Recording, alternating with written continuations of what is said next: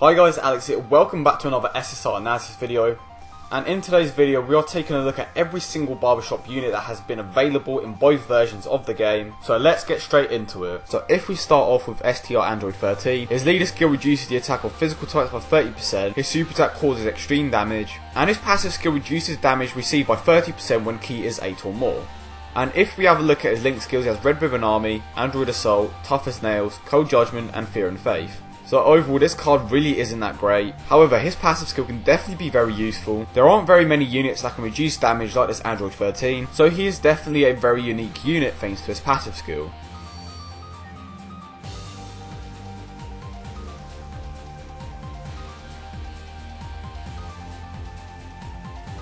So if we now move on to the STR Android 18, a leader skill increases the HP and attack of STR type by 30%, a super attack causes extreme damage, and a passive skill gives 2 keys to all allies when HP is 50% or above. So this card can actually be very useful, especially if you lack any key links in your team. The passive skill gives 2 keys to all allies when HP is 50% or above, which is definitely very useful in almost any team. She does lack any top tier link skills as she only has the Innocent, Twin Terrors, Android Assault, Battle Diva, and Infinite Energy. Her stats are also very underwhelming. However, as I said before, her passive skill can definitely be very useful in almost any team. However, because of the HP restriction on her passive skill, there may be a few instances where she is not as useful as she could be, but overall she is definitely a good support unit.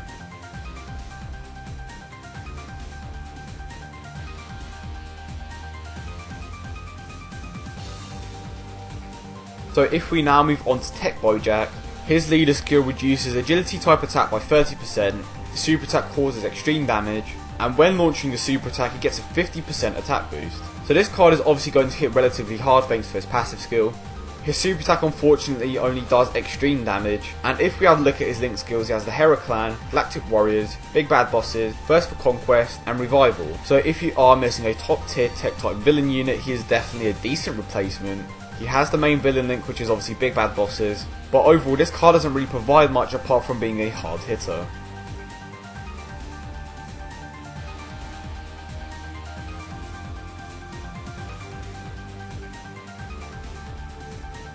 So if we now move on to Agility Chiaotzu, his leader skill reduces STR type attack by 30%, his super attack causes extreme damage and he also has a rare chance to stun. His passive skill may also allow you to stun the attacked enemy within the same turn, and if I am not mistaken the chances of him stunning with a super attack are at 25% for 2 turns, whereas his passive skill only has a 15% chance of stunning and it only lasts for 1 turn. So if you are obviously in need of a stunner, he is definitely a decent pick. However, the chance that he is going to stun is so low, which can definitely put you in a bit of a predicament if he does not stun.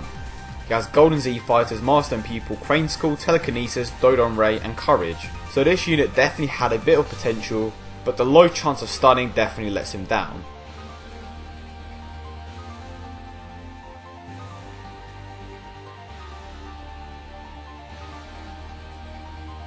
So if we now move on to Agility Cooler, his leader skill increases agility type attack by 50%, his super attack causes supreme damage, and he also gets a 2500 attack and defense boost from his passive skill. So this unit is definitely going to hit very hard thanks to the supreme damage multiplier.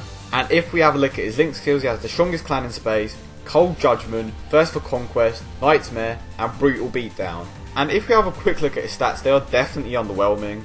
He only has 5956 HP. However, his attack and defense are definitely decent, especially because he gets a boost from his passive skill. But like the previous Bojack, this unit doesn't really provide much apart from being a hard hitter. He is also missing the Big Bad Bosses link, which is definitely a bit of a letdown.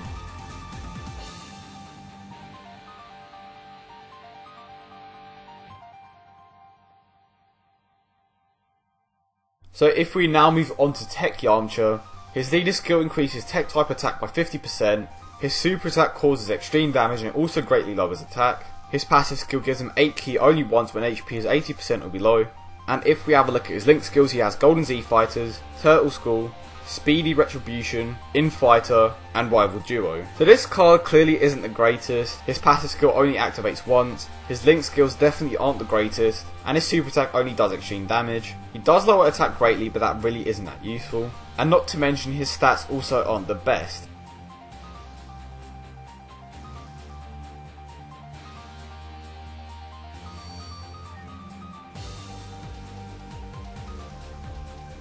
So if we now move on to STR Krillin, his leader skill provides 2 keys at all types when HP is 30% or above, his super attack causes extreme damage and it lowers defense, and his passive skill reduces damage by 50% when guard is active. So what this basically means is that he takes 50% less damage from physical types, which is definitely a very useful passive skill, especially against King Cold and Mecha Frieza. And if we have a look at his link skills, he has Golden Z Fighters, Turtle School, Courage, Best Buddies, and Rival Duo. And like the previous cards, he also doesn't have the best stats. His defense is relatively high, however this card definitely does have the best leader skill so far, and his ability to reduce damage is definitely very useful.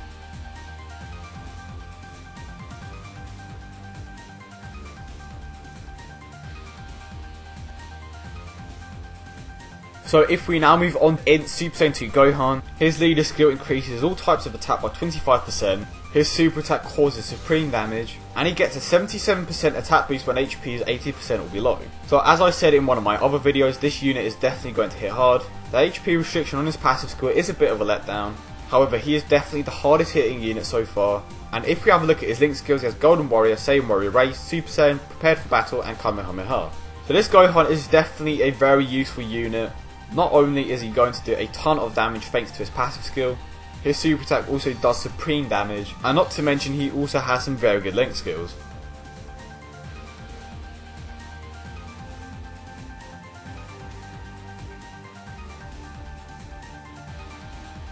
So if we now move on to physical, Super Saiyan 2 Angel Goku, his leader skill increases the HP and attack of STR and physical types by 30%, his super attack does supreme damage, and if we have a look at his passive skill, he gets 2 ki at the start of the turn, and he also gets a 3000 attack boost. So like the previous Gohan, he is definitely going to hit hard. Unfortunately, he only gets a flat out attack boost, which means that he isn't going to hit as hard as Gohan, but he does get an additional 2 ki at the start of the turn.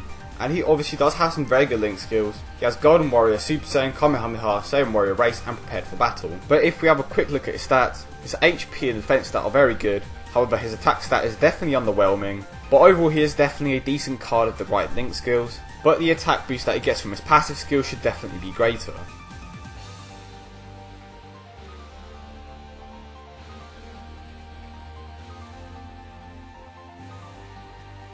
So if we now move on to the final part of this video, in last place comes Yamcha. He really doesn't provide much apart from his ability to greatly lower attack. His passive skill only activates once, and his link skills also are not the greatest. So in 8th place comes Cooler. His super attack does do supreme damage, however as I said before, flat out attack boosts aren't the best, his links aren't the greatest, and he is also missing the Big Bad Bosses link. And last but not least, his stats are also very underwhelming. So in 7th place comes Bojack. He's a very hot hitter, and he also has some very good villain link skills, but despite that I definitely don't think that he is better than the upcoming units. So in 6th place comes Chiaotzu. He does have a very low stun rate, but I definitely feel like this is more useful than dealing damage, and he obviously does have some good Z Fighter links. So in 5th place comes STR Android 13. He does lack any good top tier links, however his passive skill is definitely useful, especially against the harder Dokkan events. It does have the 8 ki requirement, but I definitely feel like this Android 13 is definitely more useful than the previous unit. In 4th place comes Android 18 by the smallest margin. Her ability to give 2 ki to all units is definitely very useful. She doesn't have the greatest stats or links, but her passive skill definitely makes up for this. So in 3rd place by the smallest margin is Crillon. Not only does he have the best leader skill out of all the units, but he also has some decent damage reducing abilities against physical types. As I said before, he is definitely very useful against King Cold and Mecha Frieza, and his link skills also make him very good in a Z Fighter team. So we are down to the final 2 units, but in 2nd place comes the physical Super Saiyan 2 Angel Goku, which obviously means that in 1st place comes the INT Super Saiyan 2 Gohan. So they both have the same link skills and very similar stats. However, what lets Goku down is definitely the flat out attack boost. He does get an additional 2 ki from his passive skill, however I definitely don't feel like this is enough to put him above Gohan, as he gets a 77% attack boost from his passive skill. He does have the HP restriction, but I definitely don't believe that this is enough to make Goku better than Gohan. But that is the video guys, I hope you all enjoyed it. Don't forget to leave your opinions and your suggestions down below. And I don't say this a lot, but go follow me on Twitter. If you guys have any questions for me, that is probably the best place to go. It's definitely a lot easier to see your suggestions for videos on Twitter. So definitely go to the link in the description down below and drop me a tweet. And as usual, if you are new to the channel, don't forget to subscribe and leave a like for more Dragon Ball content. I hope you all enjoyed it, and I will catch you guys in the next one.